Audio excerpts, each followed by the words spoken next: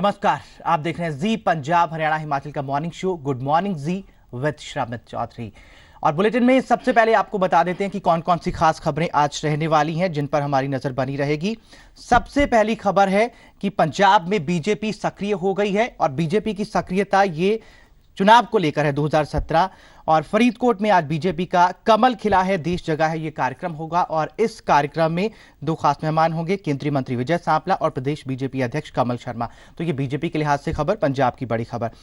अगली खबर है चंबा से ये खबर है। चंबा से क्या खबर है वो आपको बता देते हैं कि रावी नदी में एयरफोर्स के 2 कर्मचारी इस नदी में बह गए हैं। जिला प्रशासन और पुलिस तलाश में जुटी है। एयरफोर्स के 5 कर्मचारी यहां पर घूमने आए थे जिनमें से 2 कर्मचारी जो हैं वो बह गए हैं। ये खबर है। अगली खबर है क्रिकेट से जुड़ी हुई क्या खबर है? एशिया कप टी20 के खिताबी मुकाबले में आज भारत और बांग्लादेश की भिड़ंत होगी और भारत बांग्लादेश के बीच अब तक कुल 3 टी20 मैच हुए हैं और तीनों टी20 मैच में भारत ने ही जीत दर्ज की है। ये भारत के लिहाज से एक सकारात्मक बात हो सकती है। आज के फाइनल मुकाबला होगा, इस पर भी हमारी नजर बनी रहेगी। अब हम आगे बढ़ते हैं और आपको डिटेल में खबरें बताते हैं। सबसे पहले पंजाब की खबर है। पंजाब में पानी के मुद्दे पर सियासत लगातार गरमाई हुई है। आम आदमी पार्टी पानी का मामला संसद में उठाने जा रही है और पार्टी सांसद भगवंत मान का कहना है कि पंजाब के पास अतिरिक्त पानी नहीं है और इस मसले पर उन्होंने सूबा सरकार की भूमिका को भी कटघरे में खड़ा कर दिया और कहा कि सरकार को अपना स्टैंड साफ करना चाहिए। पंजाब में अपना आधार बढ़ाने के लिए आम आदमी पार्टी पूरी कोशिश कर रही है। पटियाला में आम आदमी पार्टी को उस वक्त प्रोत्साहन मिला जब पंजाब राज्य कर्मचारी दल के प्रभारी हरि सिंह टोहड़ा अपने 4000 साथियों के साथ आम आदमी पार्टी में शामिल हुए। सांसद भगवंत मान ने उनको पार्टी में शामिल करवाया। इस मौके पर भगवंत मान ने पानी के मुद्दे पर अपनी पार्टी का स्टैंड स्पष्ट करते हुए कहा कि पंजाब के पास पानी की कमी है, इसलिए केंद्र सरकार का हरियाणा के हक में दिया हलफनामा गलत है। भगवंत मान ने इस मामले पर केंद्रीय मंत्री हरसिमरत कौर के रोल पर भी सवाल खड़े करते हुए एसवाईएल के मुद्दे को संसद में उठाने का ऐलान किया। पानी वाले मुद्दे ते मैं अज भी कहा पंजाब तो पहली पानी के संकट च है। पंजाब कोल तो पहले साडा पानी ना पीण जोगा रहा ना सिंचाई जोगा रहा ते हुणे अचानक तो जिहड़ी सेंटर सरकार कहंदी भी एफीडेविट जिहड़ा देता कि वो गलत है जिहड़ा फैसला एसवाईएल वाला होया तो फिर हरसिमरत कौर जी दा ते अकाली दल दा हुण की स्टैंड रहूगे इहदे बारे असीं पुछना चाहांगे। केंद्र सरकार की ओर से बजट में स्वामीनाथन रिपोर्ट पर कुछ भी कदम नहीं उठाने पर भगवंत मान ने केंद्र सरकार को घेरा। सिर्फ इतना ही नहीं, ईपीएफ को टैक्स के दायरे का मुद्दा भी संसद में उठाने का ऐलान किया। 14,000 करोड़ बैंकों का माफ करता, किसानों का माफी किधर गई ना? स्वामीनाथन की रिपोर्ट मोदी साहब कहते जो कंपेन करते स्वामीनाथन मैनीफेस्टो लिखा कि स्वामीनाथन की रिपोर्टा लागू करांगे, भाव बढ़ाने वाली वो भी नहीं कीतियां। मुलाजमां दा जिहड़ा प्रोविडेंट फंड है ਉਹਦੇ ਤੇ भी टैक्स लाता कि तुसीं आपदे पैसे ਨੂੰ ਪਹਿਲਾਂ ਤਾਂ सरकार ਵਰਤੂਗੀ, हर महीने ਦੇ ਕੱਟ ਕੇ ਕਰੋੜਾਂ ਰੁਪਏ ਵਰਤਦੀ ਹੈ सरकार, ਵਿਆਜ ਤਾਂ ਕੀ ਦੇਣਾ ਸੀ ਉਹ ਤਾਂ टैक्स ਲਾਤਾ ਉਤੇ कि जो ਤੁਸੀਂ ਘਟਾਓਗੇ ਤਾਂ टैक्स ਇਹਨੂੰ ਅਸੀਂ रोल बैक ਦੀ ਅਸੀਂ ਮੰਗ कर रहे हैं। कुल मिलाकर आम आदमी पार्टी राज्य के साथ जुड़े हर मुद्दे को कैश करने में लगी है जो उनको सियासत की कुर्सी पर बिठा सके। पटियाला से अवतार गिल के साथ न्यूज डेस्क रिपोर्ट जी मीडिया। केंद्र सरकार एसवाईएल के पानी पर हरियाणा का भी हक बता रही है और पंजाब सरकार ने साफ तौर पर प्रदेश में फालतू पानी ना होने की बात कह दी है। पंजाब के पानी के लिए लड़ रही पंजाब सरकार के चीफ इंजीनियर रहे डॉक्टर जीएस ढिल्लों पानी कम होने के लिए तर्क दे रहे हैं। एसवाईएल के मुद्दे पर एक बार फिर पंजाब और हरियाणा आमने सामने हैं। ये कोई पहली बार नहीं है जब एसवाईएल का मुद्दा उठा हो। ये लंबे वक्त से चला आ रहा विवाद है जो थमने का नाम नहीं ले रहा है। कभी भारत और पाकिस्तान के बीच शुरू हुई पानी की ये लड़ाई अब पंजाब और हरियाणा की बनकर रह गई है। साल 1960 में वर्ल्ड बैंक ने भारत और पाकिस्तान का पानी मसला सुलझा दिया था। तब हुए एक समझौते के मुताबिक भारत को 3 दरिया और पाकिस्तान को 2 दरिया मिले थे। भारत को मिले 3 दरिया का पानी महज 34 MAF है, जबकि पाकिस्तान को मिले 2 दरिया में 300 MAF पानी है, जो कि भारत के मुकाबले बहुत ज्यादा है। पंजाब सरकार में चीफ इंजीनियर रहे डॉक्टर जीएस ढिल्लों ने इससे जुड़े कई अहम खुलासे किए। साथ ही उन्होंने पंजाब में फालतू पानी नहीं होने की बात कही। जे अज दा हिसाब करिए असी 52 MAF मिलियन एकड़ फीट MAF हुंदा जिहड़ा पानी यूज़ करदे, जिहड़ा कुछ उहदा हिस्सा नहरां तो आउंदा, कुछ जमीन च विड्रा करदे। जे दोवां दी करिए डिवीजन सानू 14 MAF पानी नहर चों मिलदा है। नहरां जिहड़ियां हैगियां दरियावां च फीड करके मिलदियां, वो पानी भी घट के 12 रह गया। वहीं डॉक्टर ढिल्लों ने कहा कि अगर हरियाणा को पानी चाहिए तो इसके लिए उसे पंजाब को कीमत देनी चाहिए, और इस बयान के लिए वो पानी को लेकर पंजाब और राजस्थान के रिश्तों का तर्क देते हैं। वेरी राइट जी, लैके उन्हें पैसे लेने पैणगे। उन्हें पैसे जो साढ़े कोल फालतू होएगा जो दे सकते हैं, उन्हें पैसे चार्ज करांगे। अंग्रेज़ां वेले रॉयल्टी फिक्स की साल दे साल पंजाब गौरमेंट पैसे चार्ज करती सी बीकानेर स्टेट को। पार्टी जदों खत्म होए ना साडी इंडिपेंडेंट आई, असी पैसे लेने बंद करते। उधर इस मामले पर पंजाब के मुख्यमंत्री प्रकाश सिंह बादल पहले ही सख्त रुख अपनाने की बात कह चुके हैं। साथ ही पंजाब बीजेपी के नेता भी इसमें केंद्र से अलग हटकर बोल रहे हैं कि SYL के पानी पर पंजाब का हक है। उधर केंद्र सरकार ने सुप्रीम कोर्ट से 8 मार्च से मामले की रेगुलर सुनवाई की अपील की है, और पंजाब सरकार की चिंता दिन ब दिन गहराती जा रही है। जगतार भुल्लर के साथ ब्यूरो रिपोर्ट, जी मीडिया, चंडीगढ़। BJYM के अध्यक्ष अनुराग ठाकुर की तरफ से केजरीवाल पर किए गए वार पर आम आदमी पार्टी ने पलटवार किया है। पार्टी ने इसे विरोधियों की बौखलाहट करार दिया है। देखिए, वो तो आजकल नजर ही नहीं आते। केजरीवाल जी दिल्ली में कम, पंजाब में ज़्यादा है। दिल्ली की जनता बजट के लिए तरस रही, उनके लिए बजट तैयार नहीं। जी पंजाब हरियाणा हिमाचल के खास कार्यक्रम डायरेक्ट विद दिनेश में अनुराग ठाकुर की ओर से अरविंद केजरीवाल पर किए गए इस हमले पर आम आदमी पार्टी ने पलटवार किया है। पार्टी ने कहा है कि केजरीवाल दिल्ली में शानदार काम कर रहे हैं और इसलिए बीजेपी घबराहट में है। पार्टी के प्रवक्ता हिम्मत सिंह शेरगिल ने आरोप लगाया है कि केजरीवाल का पंजाब का सफल दौरा विरोधियों को हजम नहीं हो रहा, इसलिए विरोधियों की ओर से ऐसे बेमतलब बयान दिए जा रहे हैं। देखिए, वो तो आजकल नजर ही नहीं आते। केजरीवाल जी दिल्ली में कम, पंजाब में ज़्यादा है। दिल्ली की जनता बजट के लिए तरस रही, उनके लिए बजट तैयार नहीं। जिन्होंने ने भ्रष्टाचार किया है उन्होंने ते कड़ी कार्रवाई होनी है, तो इस करके सब डरे हुए आ कि एक तो ऐतकी ये जिहड़ियां पुरानियां पार्टियां हैगियां जिन्होंने इन्ने साल पंजाब नूं लुटिया हैगा, they are going to be out of the political map of Punjab in 2017। हिम्मत सिंह शेरगिल ने ये भी दावा किया है कि विरोधी पार्टियों की ओर से सर्वे भी करवाए जा रहे हैं, जो ये दिखाते हैं कि आम आदमी पार्टी बड़ी जीत हासिल कर रही है। सर्वे ये कह रही है कि 100 सीटां तो ऊपर इस वेले आम आदमी पार्टी नूं आ रही है। सो बहुत एक वड्डी जित होनी है, क्योंकि तुसीं देखो बीजेपी कंटिन्यूअसली हार रही है। कांग्रेस, अकाली दल और बीजेपी की ओर से सियासी धरातल पर आ रही आम आदमी पार्टी को निशाना बनाया जा रहा है, तो आम आदमी पार्टी के जवाबी हमले भी बराबर जारी है। हर पार्टी की ओर से सत्ता की कुर्सी तक पहुंचने के लिए एक दूसरे पर आरोप लगाए जा रहे हैं। चंडीगढ़ से जगतार भुल्लर के साथ न्यूज डेस्क रिपोर्ट, जी मीडिया। अमृतसर में कॉमेडियन कपिल शर्मा ने अलग अलग मुद्दों पर खुलकर अपनी राय रखी है। उन्होंने कहा कि खेल और कला पर राजनीति नहीं होनी चाहिए। कपिल ने प्रदेश के नौजवानों से नशा छोड़ अपने और अपने परिवार वालों के बारे में सोचने की बात कही। प्रदेश के चुनावी मौसम में हर कोई रंगा हुआ नजर आ रहा है। अमृतसर पहुंचे कॉमेडी किंग कपिल शर्मा ने कई राजनीतिक मुद्दों पर अपने विचार रखे। नवजोत सिंह सिद्धू के आम आदमी पार्टी में जाने के सवाल पर कपिल ने कहा कि सिद्धू समझदार इंसान है, वह सोचकर ही फैसला करेंगे। इसके साथ ही उन्होंने ये भी कहा कि अगर कॉमेडियन कलाकार सियासत में आते हैं तो इससे पंजाब को ही फायदा होगा, इसमें कुछ भी गलत नहीं है।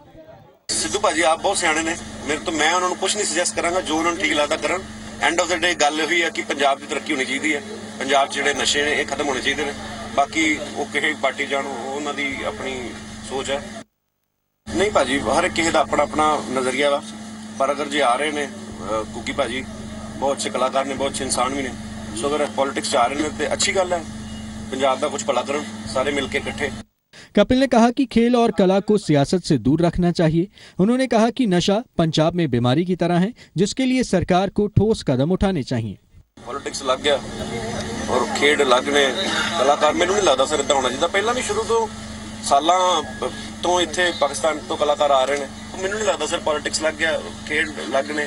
सो खेड नूं खेड दे तौर ते वेखिया जाना चाहिए। मुंडे छोटी छोटी उम्र दे वो नशे करके अपनी जिंदगी बर्बाद कर रहे। मैं उन्होंने यही कहना चाहूँगा, देखो नशा करके तुसीं सिर्फ अपने आप नूं ना देखो कि यार मैं 5 मिनट का मजा कर रहा हाँ या मैं 1 दिन मैनूं मजा आ रहा, ਉਹਦੇ ਪਿੱਛੇ भी देखो कि ਤੁਹਾਡੇ माँ-बाप ਜਿਹੜੇ ਨੇ ਉਹ ਰੁਲ ਜਾਂਦੇ ਨੇ, पूरा परिवार टुट ਜਾਂਦਾ। लगता कि साडी गवर्नमेंट ਨੂੰ भी अच्छे प्रबंध करने चाहिए ने।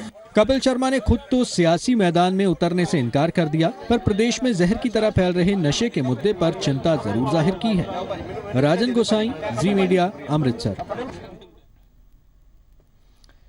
हरियाणा के मुख्यमंत्री मनोहर लाल खट्टर ने फिर से कहा है कि प्रदेश सरकार 14 मार्च से शुरू हो रहे बजट सत्र के दौरान ही जाट आरक्षण पर बिल लाएगी। और साथ ही सीएम खट्टर ने कहा कि ओबीसी के 27% कोटे से कोई छेड़छाड़ नहीं होगी।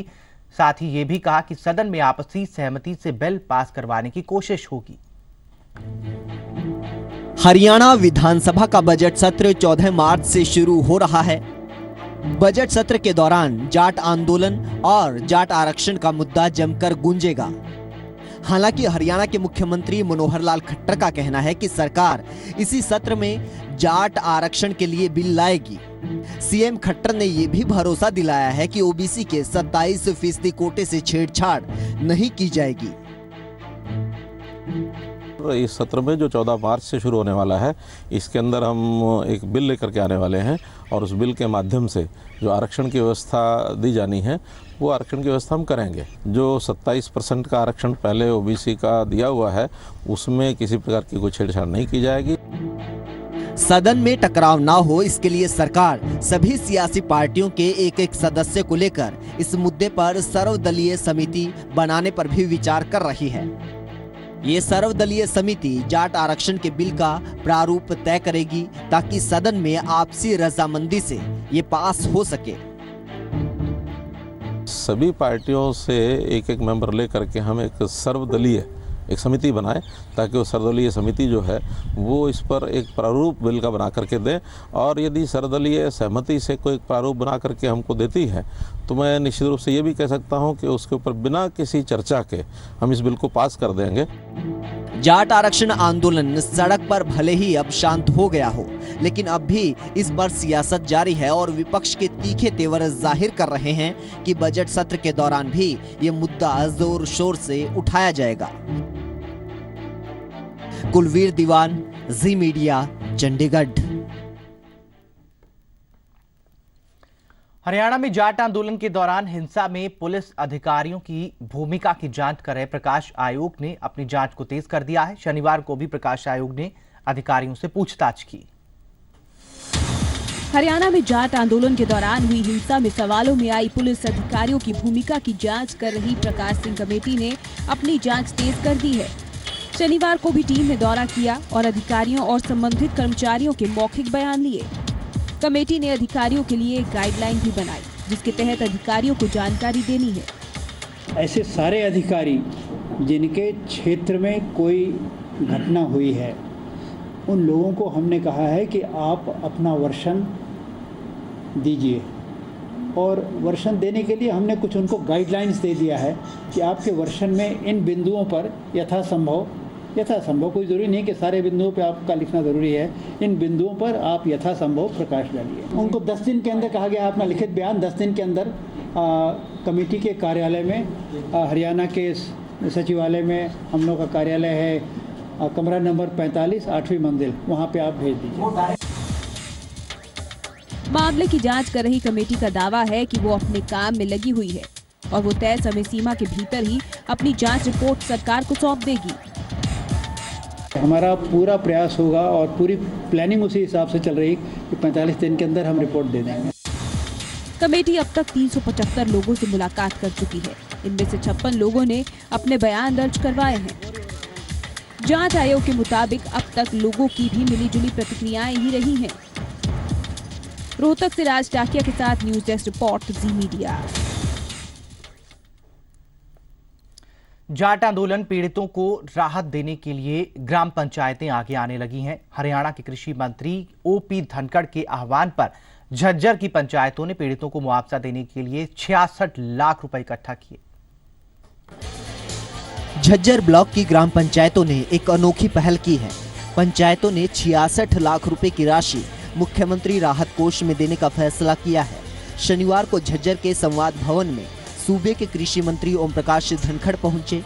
उनके आह्वान पर पंचायतों ने जाट आरक्षण आंदोलन हिंसा पीड़ित लोगों के लिए ये राशि इकट्ठा की। हरियाणा में जाट आरक्षण आंदोलन के दौरान हुई हिंसा में बड़े स्तर पर आगजनी और तोड़फोड़ हुई थी। सरकार ने सभी पीड़ितों को मुआवजा देने का ऐलान किया है। मुआवजा राशि जुटाने के लिए सरकार ने पंचायतों समेत सभी तबकों से सहयोग का आह्वान भी किया है। झज्जर से संजीत खन्ना, जी मीडिया। धर्मशाला में होने वाले भारत पाकिस्तान मैच पर सियासत थम नहीं रही है। प्रदेश के मुख्यमंत्री वीरभद्र सिंह मैच के दौरान सुरक्षा मुहैया करवाने की बात तो कर रहे हैं, लेकिन वो अनुराग ठाकुर को नसीहत दे रहे हैं। साथ ही सीएम ने कहा कि सुरक्षा मुस्तैद रहेगी, लेकिन प्रदर्शन करने वालों पर बल प्रयोग नहीं किया जाएगा। क्या भारत में पाकिस्तान नहीं खेलेगा? अगर भारत में खेलेगा तो हिमाचल में क्यों नहीं?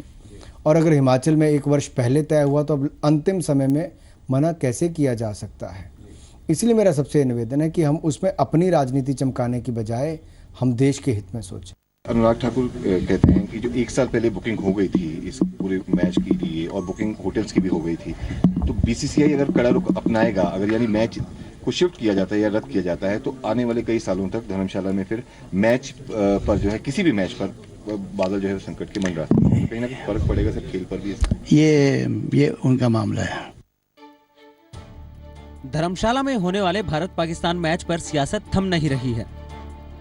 जी पंजाब हरियाणा हिमाचल के खास कार्यक्रम डायरेक्ट विद दिनेश में अनुराग ठाकुर ने कहा था कि करीब 1 साल पहले ही धर्मशाला में पाकिस्तान के साथ भारत का मैच तय हो गया था और अब आखिरी वक्त में इस जगह को बदलना मुमकिन नहीं है। अनुराग ने कहा कि इससे धर्मशाला के लिए भविष्य में इंटरनेशनल मैच मिलने में दिक्कत हो सकती है। इस पर हिमाचल के मुख्यमंत्री वीरभद्र सिंह ने पलटवार किया है। अनुराग ठाकुर कहते हैं कि जो 1 साल पहले बुकिंग हो गई थी इस पूरे मैच के लिए और बुकिंग होटल्स की भी हो गई थी, तो बीसीसीआई अगर कड़ा रुख अपनाएगा, अगर यानी मैच को शिफ्ट किया जाता है या रद्द किया जाता है, तो आने वाले कई सालों तक धर्मशाला में फिर मैच पर जो है किसी भी मैच पर बादल जो है संकट के मंडरा कहीं ना कहीं फर्क पड़ेगा सर खेल पर भी। ये उनका मामला है। वीरभद्र सिंह ने सुरक्षा मुहैया कराने की बात तो कही, लेकिन साफ कर दिया कि भूतपूर्व सैनिकों पर मैच का विरोध करने वालों पर लाठीचार्ज नहीं होगा। वहाँ पर काफी तादाद में फोर्सेस होगी, पुलिस होगी और भी इंतजाम होगा सुरक्षा का। मगर एक बात जरूर है कि अगर वहाँ पर एक्स सर्विसमैन भूतपूर्व सैनिक अगर वो एक दीवार बना दें, खड़े हो जाएं, हमारी पुलिस के ऊपर लाठीचार्ज नहीं करेगी। गौरतलब है कि धर्मशाला में 19 मार्च को भारत पाकिस्तान का मैच होना है, लेकिन हिमाचल प्रदेश में मैच पर शुरू हुई महाभारत थम नहीं रही। प्रदेश में कई सियासी दिग्गजों का कहना है कि पाकिस्तान के साथ इस वक्त जो रिश्ते हैं, उस दौर में हिमाचल में पाकिस्तान के साथ मैच के हालात नहीं हैं। मोहित प्रेम शर्मा, जी मीडिया शिमला।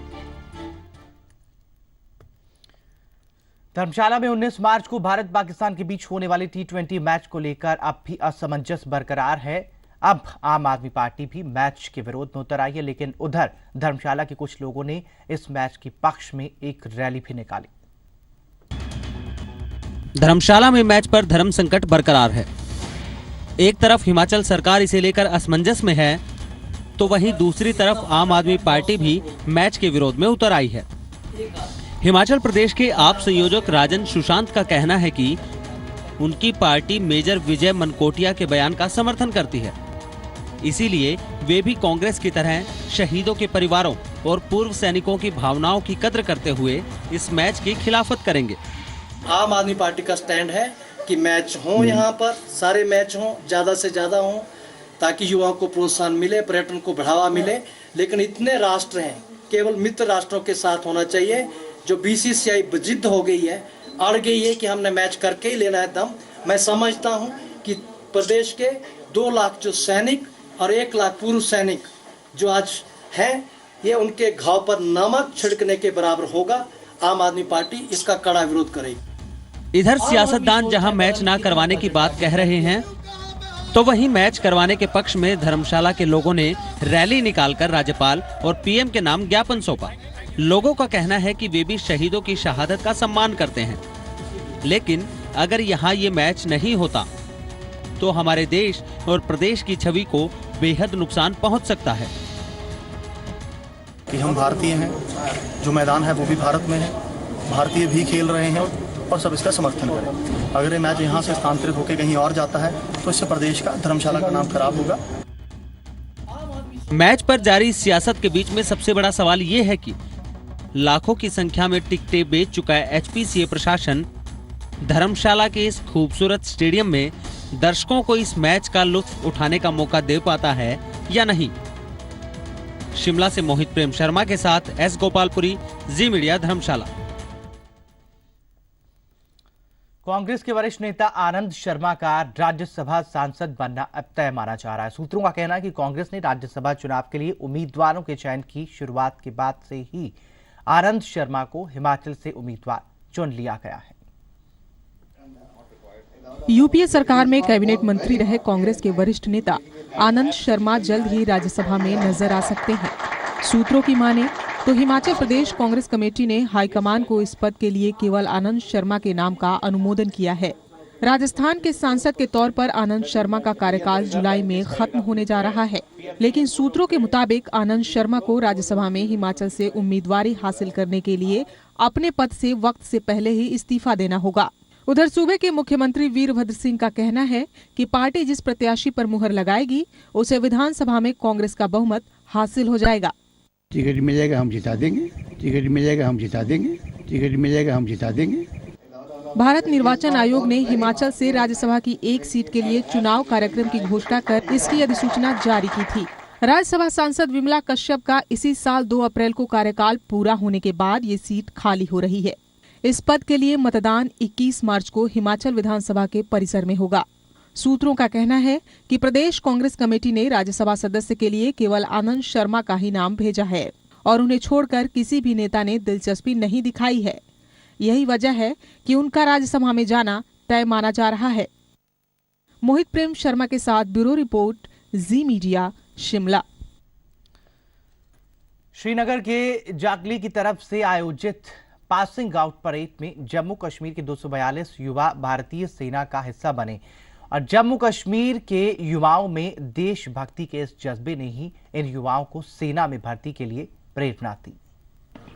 युवा खून और दिल में देश के लिए प्रेम, बस यही जज्बा लिए जम्मू कश्मीर के लाइट इन्फेंट्री के बाना सिंह परेड ग्राउंड में हुई पासिंग आउट परेड के दौरान 242 जवान भारतीय सेना का हिस्सा बने। जाकली के रेजिमेंट सेंटर में 42 हफ्तों की कड़ी मेहनत के बाद ये जवान सेना की जाकली रेजिमेंट का हिस्सा बने। जम्मू कश्मीर के कई हिस्सों से युवाओं ने इन सैन्य भर्तियों में बढ़ चढ़कर हिस्सा लिया और सेना का हिस्सा बनने पर खुशी जाहिर की। और बचपन से मुझे बहुत शौक था फौज में आने का।